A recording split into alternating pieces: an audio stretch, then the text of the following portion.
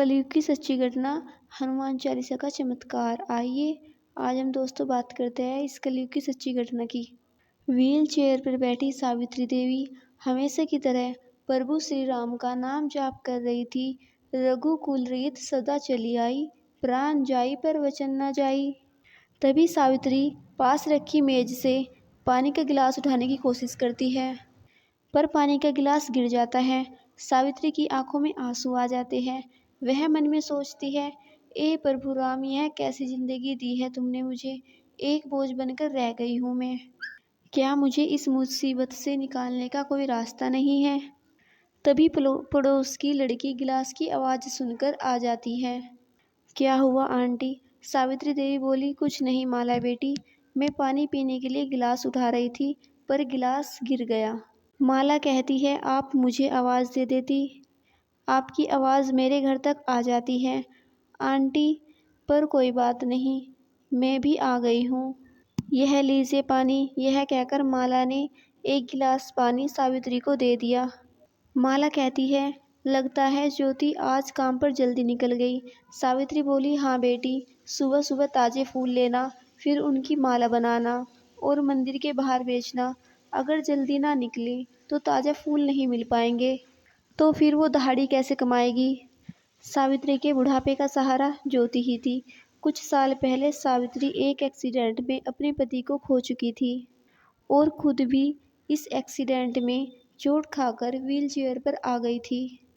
ज्योति मंदिर के बाहर फूल लेकर बैठी थी, फूल भी बेच रही थी और साथ ही साथ माले भी बनाती जा रही थी।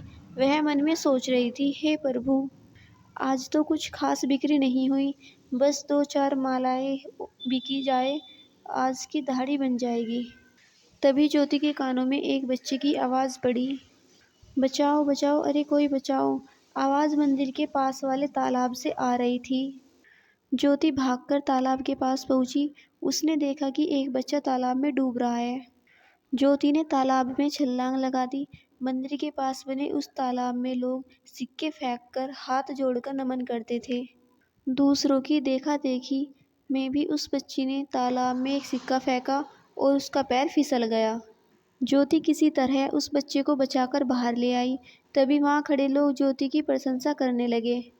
अरे वाह, तुम तो बहुत बहादुर लड़की हो, लगता है तुमने छोटी सी उम्र में ही तैराकी सीख ली थी, आज काम आ गई। परंतु इस बच्चे के माता पिता कहाँ हैं? तभी उस बच्चे की माता पिता वहाँ पहुँच गए। उस बच्चे की माँ अपने बच्चे को गले लगाते हुए रोने लगी। तभी वहाँ खड़े हुए एक आदमी ने बताया, अरे बहन जी, आपके बच्चे को इस फूल वाली ने बचाया है, बेचारी की बिक्री पर भी असर पड़ेगा। पर इसने किसी की परवाह ना करते हुए आपके बच्चे को बचा लिया। उस बच्चे के पिता ने ज्योति से कहा, तुम्हारा बहुत बहुत धन्यवाद, यह लो हमारी ओर से कुछ पैसे रख लो। तुम्हारी बिक्री का जो नुकसान हुआ है वह पूरा हो जाएगा। बाकी तुमने हमारे बच्चे की जान बचाई, उसका एहसान तो हमारे ऊपर हमेशा रहेगा। ज्योति बोली, नहीं नहीं अंकल, मुझे पैसे नहीं चाहिए, यह मेरे छोटे भाई की तरह है। वैसे भी किसी की मदद करने के लिए कभी पैसे नहीं लेने चाहिए, मेरी माँ ने यही सिखाया है। उस बच्चे के पिता ये सुनकर खुश हो गए और बोले, वाह, तुम्हारे संस्कार बहुत अच्छे हैं बेटी, हम तुम्हारा एहसान कभी नहीं भूलेंगे। ज्योति वापस अपनी फूलों की दुकान पर चली गई और टोकरी में पड़ी अपनी मालाओं को देखते हुए सोचने लगी, यह मालाएं तो अभी तक नहीं बिकी, आज की दिहाड़ी तो गई। वह ऐसा सोच रही थी, तभी एक छोटी सी किताब उसकी टोकरी में आकर गिरी। उसे देखकर वह थोड़ा चौंक गई। अरे ये क्या है? यह तो हनुमान चालीसा है, पर यह यहाँ कैसे आ गई? तभी एक बूढ़ा सा व्यक्ति जिसके हाथ में काफ़ी सारी किताबें थी उसके पास आया और बोला, बेटा, यह किताब मेरी है, मैं हनुमान चालीसा और पूजे की सारी किताबें बेचकर अपना गुजारा चलाता हूँ। ज्योति बाबा को किताब वापस करने लगी। बाबा बोले, नहीं बेटी नहीं, इसे तुम ही रख लो। आज तक ऐसा नहीं हुआ कि कभी मेरे हाथों में से कोई किताब गिरी हो। इस हनुमान चालीसा का तुम्हारी टोकरी में गिरना, इसका अर्थ है कि श्री राम इस किताब को तुम तक पहुंचाना चाहते हैं। ज्योति ने बड़ी हैरानी से कहा, मुझ तक पहुंचाना चाहते हैं? बाबा बोले, हाँ बिटिया, तभी तो यह तुम तक पहुंच गई। हनुमान चालीसा का बहुत प्रताप है बिटिया। 40 दिन तक इस चालीसा का पाठ करने से सारे संकट दूर हो जाते हैं। बजरंगबली जी उसकी उसी तरह मदद करते हैं जैसे संजीवनी बूटी लाकर लक्ष्मण जी को उन्होंने जीवन दान दिया था। अच्छा एक बात बताओ बिटिया, तुम्हें पढ़ना तो आता है ना? ज्योति बोली, जी बाबा पढ़ना तो आता है। बाबा बोले, बहुत बढ़िया, तो तुम हर शाम को बजरंगबली जी हनुमान चालीसा का पाठ करना। तुम्हारी सारी मुश्किलें दूर हो जाएंगी। इसके बदले में तुम चाहो तो मुझसे कुछ फूल दे दो। मैं प्रभु श्री राम और बजरंगबली के चरणों में प्रणाम करके उनका आशीर्वाद ले लूँगा। बाबा ने ज्योति से फूल लिए और चले गए। ज्योति सोचने लगी, यह तो मैं कर सकती हूँ। हर शाम को घर जाने से पहले मैं मंदिर में बैठकर हनुमान हनुमान चालीसा का पाठ कर लिया करूँगी। बजरंगबली जी की कृपा से मेरे सभी रास्ते खुल जाएंगे। ज्योति ने जो फैसला किया उस पर वह अमल किया और शाम को घर जाने से पहले मंदिर में बजरंगबली जी की मूर्ति के सामने बैठ गई और हनुमान हनुमान चालीसा का पाठ किया। ज्योति ने घर आकर अपनी माँ को खाना दिया। तभी उसकी नज़र अपनी माँ की फटी साड़ी पर गई, जिसे देखकर ज्योति की आंखों में आंसू आ गए। सावित्री देवी ने कहा, बेटी क्या हुआ, तू रोती क्यों है?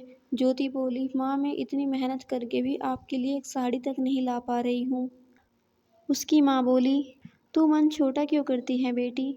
मैं घर पर ही तो रहती हूँ, कौन सा कहीं जाती हूँ। तभी ज्योति को मंदिर की घटना याद आ गई और बोली, माँ आज तो एक बहुत अद्भुत घटना हुई।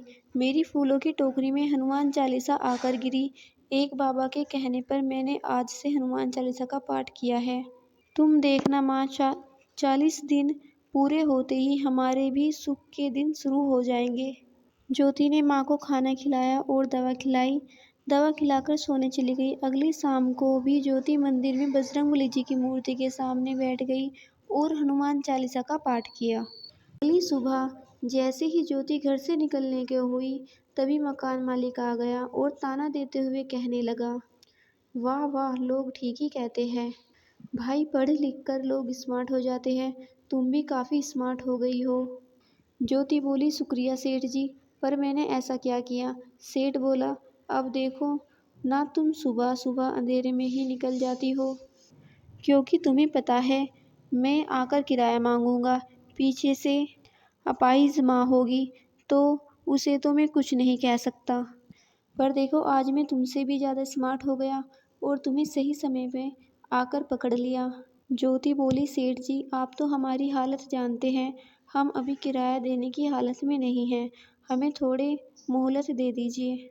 बाकी सुबह तो मैं इसलिए जल्दी निकल जाती हूँ क्योंकि मुझे फूल खरीदने जाना होता है। सेठ बोला, बेटी तुम भी मेरी हालत अच्छे से जानती हो। मेरे खर्चों का प्रबंध लोगों से मिलने वाले किरायों से ही होता है। मेरी हालत पर रहम करो। मेरा यह मकान तुरंत खाली कर दो, मैं किसी और को देकर अपना गुजारा चला लूँगा। ज्योति बोली, पर सेठ जी। ज्योति कुछ बोल पाती उससे पहले ही सेठ बोला, अरे कोई सेठ वेठ नहीं, मुझे आज ही मकान खाली चाहिए, नहीं तो कल तुम मिलो या ना मिलो, मैं तुम्हारी माँ को घर से बाहर निकाल दूंगा। ज्योति की आंखों में आंसू बहने लगे, पर उसके सामने कोई रास्ता नहीं था। वो माँ को लेकर कहीं और जाने का मन बनाने लगी। एक झोपड़पट्टी में ज्योति अपनी माँ को लेकर आई। सारा दिन भाग दौड़ के कारण वह थकी हुई थी, पर तभी उसे ध्यान आया, अरे शाम हो गई, मुझे तो मंदिर में हनुमान चालीसा का पाठ करने भी जाना है। कुछ भी हो जाए यह नियम टूटना नहीं चाहिए। नियम के अनुसार वह मूर्ति के आगे बैठ गई और हनुमान चालीसा का पाठ करने लगी। ज्योति के सामने समस्याएं आती रही, तकलीफें आती रही, पर उसने नियम नहीं तोड़ा। हर शाम को नियम से वह मंदिर में बजरंगबली जी की मूर्ति के सामने बैठ जाती और पूरे मन से हनुमान चालीसा का पाठ करती। ज्योति ने हनुमान चालीसा का पाठ कर बजरंगबली के चरणों में सर झुकाया और प्रार्थना करने लगी, प्रभु मेरी प्रार्थना बहुत छोटी है। आज हनुमान चालीसा का 40वां दिन है। बस आप मेरी माँ को ठीक कर दो और मेरी पढ़ाई का प्रबंध कर दो। मैं बहुत पढ़ना लिखना चाहती हूँ।